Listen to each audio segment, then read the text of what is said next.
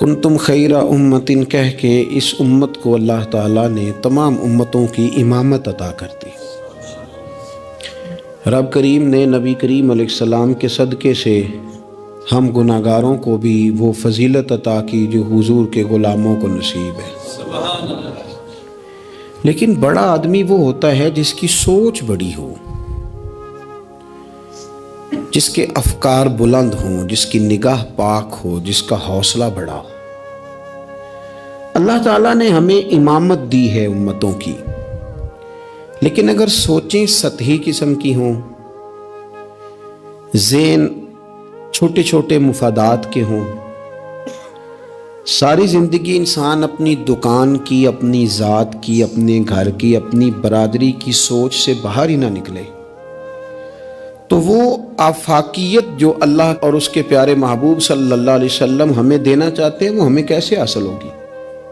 جو قومیں اپنے چھوٹے چھوٹے ذاتی مفادات کے لیے ملی سودے کریں،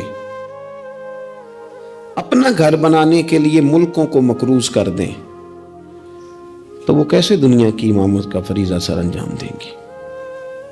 ساری زندگی اگر انسان اس رٹے سے باہر نہ آئے کہ میں کیسے اونچا ہو سکتا ہوں، میرے بچے کیسے آگے جا سکتے ہیں، مال کیسے کما سکتا ہوں، یہ میرا گھر بہت بڑی حویلی میں کیسے بدل سکتا ہے، فیکٹری 1 کی 4 کیسے ہو سکتی ہیں، اور کوئی ملی کام ہی نہ کرے، تو وہ آفاقیت جو اسلام چاہتا ہے وہ کیسے پیدا ہوگی؟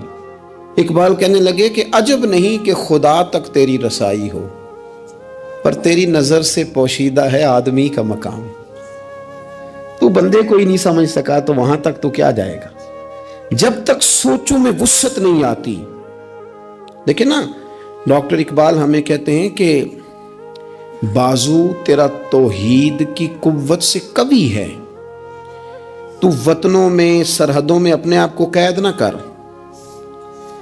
تو اللہ تبارک و تعالیٰ کا نائب ہے اور خدا کے فضل کا تیرے اوپر سایہ ہے، بازو تیرا توحید کی قوت سے قوی ہے، اسلام تیرا دیس ہے اور تو مصطفی ہے۔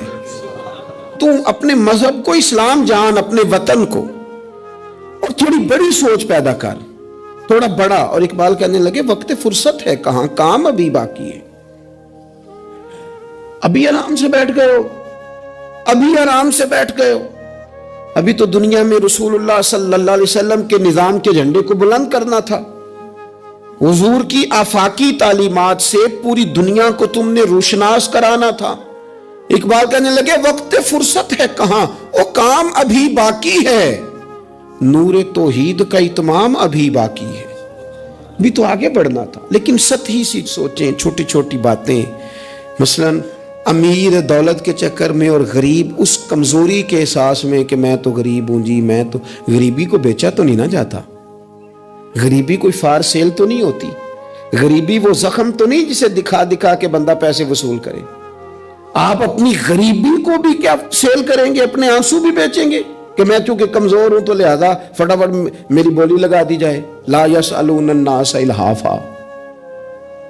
قرآن کہتا ہے انہیں بڑی بھی ضرورت ہو تو پھر بھی لپٹ لپٹ کے سوال نہیں کرتے، ان کی سوچیں بڑی ہوتی ہیں۔ وہ کہتے ہیں بندے کیا دے سکتے ہیں، سیٹھ کیا دے سکتے ہیں، نواب کیا دے سکتے ہیں، اللہ رسول سے مانگیں گے۔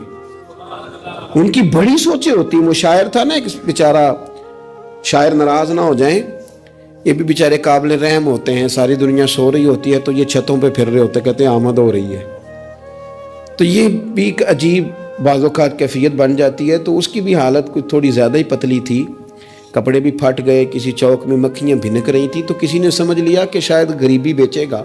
ایک بندہ سیٹھ گزرا تو 5 روپے پھینک گیا، تو شاعر اسے کہنے لگا یہ اٹھا اپنے پیسے لے جا۔ کہنے لگا وہ آپ کو اس لیے دیں کہ آپ کو ضرورت تھی، بڑا خوددار آدمی تھا۔ کہنے لگا اگر ضرورت ہوگی تو میں رب سے مانگ لوں گا، اللہ سے مانگ لوں گا ضرورت پڑے گی تو۔ یہ آرزوئے کرم اور میں آپ سے کروں، یہ آرزوئے کرم اور میں آپ سے کروں، یہ بھیک اس کو دی ہے جس کا خدا نہ ہو،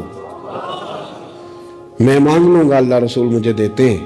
خودداری، عزت نفس، بڑی سوچ، بلند افکار، یہ ذات کا جو چنگل ہے نا، اس سے اپنے آپ کو آزاد کیا جائے۔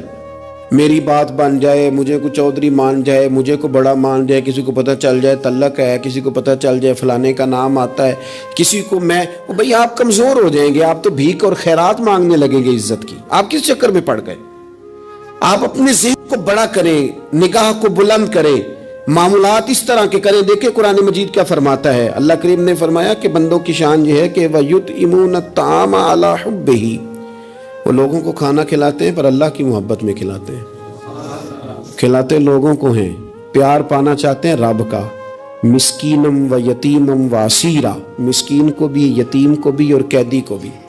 کبھی اگلی آیت پر آپ غور کریں نا, فرمائے انما نطعمکم, بے شک وہ کھانا کھلاتے ہیں لوجہ اللہ, اللہ کی رضا کے لیے. لا نرید منکم, اور وہ نہیں چاہتے جزاء ولا شکورا, نہ وہ کوئی جزا مانگتے ہیں اور نہ ان کا دل کرتا ہے کہ ان کا شکریہ ہی ادا کریں. شکریہ کے لفظوں کا تکلف بھی نہیں چاہتے. ولا شکورا, شکریہ کے جملے بھی کوئی بولے انہیں پسند کیوں؟ اس لیے کہ انما نطعمکم لوجہ اللہ, کیونکہ کھلایا جو اللہ کے لیے ہے. پھر کسی کو کہنا میرا احسان مند بن, شکر گزار ہو, یہ بات درست نہیں ہوتی. میرے عزیز تھوڑی سی نا بڑی سوچ, ضروری نہیں کہ آپ سماجی ہوں, سیاسی ہوں, آپ کا بڑا رکھ رکھاؤ ہو, یہ کچھ ضروری ہے. آپ کی سوچ بڑی ہو, ذہن میں وسعت ہو, آپ غریب آدمی ہو بھلے, آپ بات ملی کریں, آپ کو احسار کرنا آتا ہو. میں نے پچھلے جمعے بتایا تھا کہ ایک صحابی نے بھوکے رہ کے مہمان کو کھانا کھلایا. ان کی اپنی حالت یہ تھی کہ ایک وقت کا کھانا نہیں تھا. آپ کے مزاج میں وسعت ہو, مزاج میں. بخاری شریف میں حدیث ہے, نبی پاک صلی اللہ تعالی وسلم کے سامنے سے ایک شخص گزرا. کریم محبوب علیہ السلام نے لوگوں سے پوچھا کہ اس کے بارے میں تمہاری کیا رائے ہے؟ عرض کی یا رسول اللہ, بہت وزادار آدمی ہے, بڑا باوقار ہے, کوئی بھی بات کرے تو لوگ توجہ سے سنتے ہیں, کہیں پیغام نکاح دے تو اسے رشتہ مل سکتا ہے, کسی کی سفارش کرے تو قبول کی جا سکتی ہے. حضور زیر لب ہلکا سا مسکرائے اور خاموش ہو گئے. بڑے بڑے سیاسی سماجی لوگ ہوتے ہیں نا شہروں میں, وہ بیچارے مطلب ان کا بس نہیں چلتا, کسی کی منت کریں کہ کہہ 2 دفعہ مجھے چودھری صاحب, گزارش کریں, کسی کا ترلا کریں کہ مہربانی کر 2 دفعہ کہہ دے میں بڑا آدمی ہوں, بول دے صحیح. شیخ سعدی کہتے ہیں جس طرح لکڑی کو گھن کھا جاتی ہے, بڑے لوگوں کو خوشامد کھا جاتی ہے, کھوکھلا کر دیتی, صلاحیتیں ضائع ہو جاتی, تعریف کا اتنا شوق لگ جاتا ہے, اتنی لت لگ جاتی ہے تعریف کی. تو حضور خاموش ہو گئے. تھوڑی دیر کے بعد ایک غریب آدمی گزرا, یہ بخاری ہے. نبی کریم صلی اللہ علیہ وسلم نے فرمایا اس کے بارے میں تمہارا کیا خیال ہے؟ عرض کی یا رسول اللہ, یہ تو غریب آدمی ہے, سادہ آدمی ہے, یہ کوئی بات کرے تو لوگ توجہ سے سنے نہ, پیغام نکاح دے تو کوئی اسے رشتہ بھی نہ دے, اور حضور یہ سفارش کرے تو قبول بھی نہ ہو. ایک بندہ پہلے گزر گیا جس کے بارے میں یہ تھا کہ بڑا جناب, لوگ اس کو جانتے ہیں, اس کی بات سنی جاتی, سفارش مانی جاتی, پیغام نکاح دے تو رشتے ملتے. اس کے بارے میں بالکل دوسرا مترادف اور الٹ تبصرہ کیا گیا, یا رسول اللہ یہ غریب آدمی ہے, اس کی وہ وزاداری نہیں. اب نتیجہ حضور نے بیان کرنا تھا, رزلٹ نبی پاک نے دینا تھا. حضور فرمانے لگے وہ جو تم نے کہا نا کہ بڑا وزادار ہے اور سفارشیں مانی جائیں اور پیغام نکاح قبول کیے جائیں, فرمایا اس طرح کے بندوں سے زمین ساری بھر بھی جائے تو پھر بھی یہ جو غریب گزرا ہے نا, یہ ان سب بندوں سے زیادہ افضل ہے. آپ کا کیا خیال ہے کہ نام کی تختیاں زیادہ لگی ہوں تو بندے کا رعب زیادہ ہے, اس نے بڑے افتتاح کیے ہوں تو اس کا رعب زیادہ ہے؟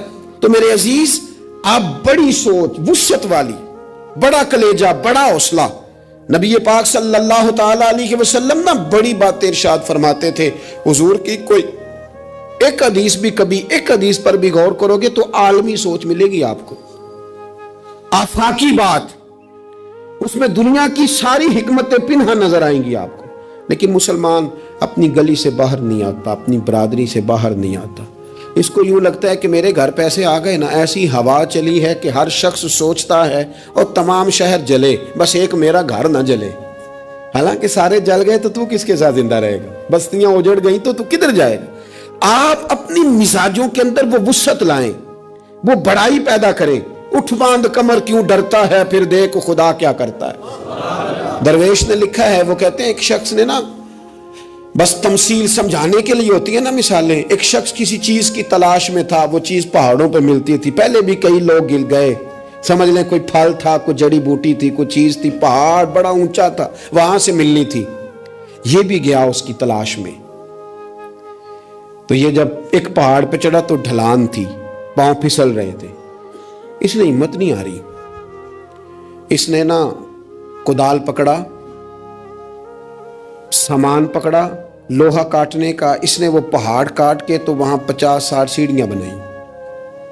پھر اگلے پہاڑ پہ گیا تو وہاں بھی پیر پھسلتے تھے، ڈھلان تھی، چڑھا نہیں جا سکتا تھا، اس کو بھی کاٹا، 50-60 سیڑھیاں بنائیں. تیسری پہ گیا تو اس کو بھی کاٹا، سیڑھیاں بنائیں. اب بڑے زمانے لگ گئے، کمزور ہو گیا، بوڑھا ہو گیا، موت کا وقت آ گیا. کسی پوچھنے والے نے کہا کہ تجھے ملا کیا؟ 3 پہاڑ کاٹ کے تو نے سیڑھیاں بنائی، تو پہنچ سکا نہیں، ملا کیا؟ کہنے لگا تمہیں پتہ ہی نہیں میں کامیاب کتنا ہوا ہوں. میں نے اکیلے نے وہ چیز نہیں پانی تھی، اس کو پورے شہر کی ضرورت تھی. جہاں تک میں نے بنا دیا ہے نا، اب جو سفر شروع کرے گا اسی اگلا سفر شروع کرے گا. او میں نے 3 سیڑھیاں تو زندگی میں بنا دی ہے نا، 3 تو میں نے بنائی ہیں، اب جو سفر شروع کرے گا وہ اس سے، اور میں کامیاب ہو کے جا رہا ہوں، میں نے اپنے حصے کا کام کر دیا، میں یہی کر سکتا تھا. یہی مالی دا کم پانی دینا، اوتے پر مشکاں پاوے، اگو خالق دا کم پھل پھول لانا، لاوے یا نہ لاوے تو ڈیوٹی تو کرنا، اپنی تو ڈیوٹی نہیں کرتا. ایک بابا جی بوڑھے تھے، ہاتھ کانپ رہے تھے ہاتھ، تو درخت لگا رہے تھے. ایک سیانا بندہ گزرا، اس نے کہا بابا جی نہ آپ نے پھل کھانا ہے، اتنی محنت کی کیا ضرورت ہے؟ وہ کہنے لگا پتر ہمارے پچھلوں نے لگائے تھے نا، ان کے پھل ہم نے کھائے ہیں، ہم سوچتے ہیں کہ ہم خود غرض نہ مر جائیں، ہم بھی کوئی پھل لگا دیں، چلو آنے والی نسلیں ہی کھا لیں گی. میں اگلی نسل کا سوچ رہا ہوں. بھائی ملی سوچے، قومی، آپ کچھ تو کر جائیں ایسا کہ پھر آنے والوں کو صفر سے نہ شروع کرنا پڑے. کوئی تو ایسی منزل ہو، کوئی تو ایسا رستہ ہو، کچھ تو آپ بنا کے دے جائیں، کچھ تو آپ کر جائیں. امام بخاری ہمیں بخاری بنا کے دے گئے، انہوں نے کہا لو میں تمہیں حضور کی سیدی سے جمع کر کے دے رہا ہوں، اب تشریح کرتے رہنا، اب پڑھتے رہنا، قیامت تک سناتے رہنا. لیکن وہ ہمارا یہ والا سفر انہوں نے ختم کر دیا کہ ہم جائیں، جا کے حدیث تلاش کریں، ڈھونڈ کے لائیں، اس کی صحت پر بحث کریں. او بھائی ہمارے بزرگوں نے جتنا کام کیا نا، ہمارے اسفار آسان کیے، ہمیں کچھ ملی کرنا چاہیے. باتیں میں نے کہا سمجھانے کے لیے ہوتی ہیں. جب صحابہ مدائن کی جنگ میں تھے نا، تو وہاں مال غنیمت کٹھا ہو رہا تھا، تو ایک صحابی بہت سارا مال غنیمت ان کے ہاتھ آیا، تو وہ سارا لے کے آئے، پر چہرے پہ کپڑا تھا، چہرے پہ کپڑا تھا. انہوں نے لا کے وہ مال غنیمت دیا، واپس جانے لگے تو لوگوں نے پوچھا یار تم اتنا مال لے آئے ہو، تم رکھ بھی سکتے تھے، ہمیں کیا پتا تھا تمہارے پاس ہے، تو نام ہی بتا دو. تو کہنے لگے نام بتاؤں گا تو کیا کرو گے، تعریفیں کرو گے نا. میں وہ تعریف کرانا چاہتا ہوں جو میرے رب کریم کی بارگاہ سے انعام ملے اور فرشتوں کی زبانوں پہ آئے. تم تو 1-2-4 منٹ کے لیے کرو گے، بات ختم ہو جائے گی. اور پھر کہنے لگے اگر تم نے ضرور ہی کرنی ہے نا تو میرا نام چھوڑو، میرے رب کی تعریف کرو جو تعریف کے قابل ہے. الحمدللہ رب العالمین، اس کی کرو تعریف. تمہیں میں کیوں نام بتاؤں؟ کہتے وہ چلے گئے صحابی چھوڑ کے، تو لوگوں کو اتنا تجسس ہوا کہ کوئی پیچھا کر رہا ہے، کوئی ان کے دوستوں سے پوچھ رہا ہے، کوئی ان کے قبیلے سے پوچھ رہا ہے. جب وہ سارے لوگ گھوم رہے تھے نا، اللہ اکبر، تو صحابی سے لوگوں نے کہا کہ آپ کے پیچھے تو لوگ لگ گئے ہیں. کہنے لگے دیکھ لو پھر، اگر میں نے اپنی تعریفیں کو روکی تھی تو میرے رب نے جگہ جگہ میری تعریفیں کرا دی، جگہ جگہ. اور میرے دل میں ابھی بھی نہیں ہے کہ میری تعریف کی جائے. تعریف اس رب کی ہونی چاہیے جو تعریف کے لائق ہے. ہم نا سطحی سوچے پیدا کرتے ہیں، سطحی. شہاب نے ایک جگہ پہ لکھا ہے، اس نے کہا یہ جہاں آج منگلا ڈیم ہے نا، یہاں پہلے میرپور شہر ہوتا تھا اصل. ایک جنگ میں جب یہ تباہ ہوا نا تو بڑا درد تھا شہر کے پرانے لوگوں میں کہ ہمارا شہر پھر سے آباد ہو جائے. کہتے ہیں میری ڈیوٹی تھی، ایک افسر میرے ساتھ اور تھا، جیپ میں جا رہے تھے، ایک بوڑھا آدمی اس کی بیوی ساتھ گدھے پہ 2 بوریاں رکھ کے گزر رہا ہے. ہمارا گاڑی قریب سے گزرنے لگی تو ہاتھ دے کے کہنے لگا پتر بیت المال کدھر ہے جہاں مال جمع کراتے ہیں؟